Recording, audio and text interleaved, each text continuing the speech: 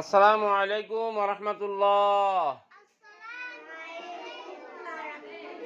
সবাই কেমন আছেন? আলহামদুলিল্লাহ। সলকেট কে কে খাবেন? সলকেট কে কে খাবেন? মাশাআল্লাহ সবাই। সম্মানিত ভিউয়ার্স, আজকে বৃহস্পতিবার, আমাদের সাপ্তাহিক জলসা। শুরুতে আমাদের এলাকার বড় ভাই জিনাকে দেখতে পাচ্ছেন, উনি আমাদের মঈন ভাই। তো উনি সকালবেলা মাদ্রাসায় আসছেন ওনার বাচ্চাকে নিয়ে। আসার পথে ছোটো ছোটো বাচ্চাদের জন্য সলকেট নিয়ে আসছে।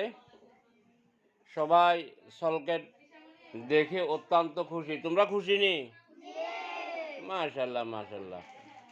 তো ভাই এখন সবাইকে একটা একটা সলকেট দিবে। আসলে এটা আনন্দ। বাচ্চারা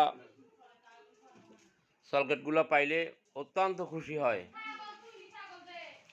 তো বিশেষ করে সবাই দোয়া করবেন আমার মাদ্রাসার জন্য, মাদ্রাসার যেন আল্লাহ তাআলা কিয়ামত পর্যন্ত কবুল করেন, ছাত্রছাত্রীদেরকে হক্কানি আলেমা হাফেজা হওয়ার তৌফিক দান করেন। আসলে ছোট ছোট বাচ্চারা এই বয়সে দুষ্টমি করার সময়, তারা বাড়িতে বিভিন্ন রকমের শয়তানি করতেন।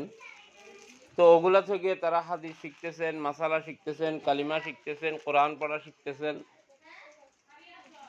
খাস করে সবাই দোয়া করবেন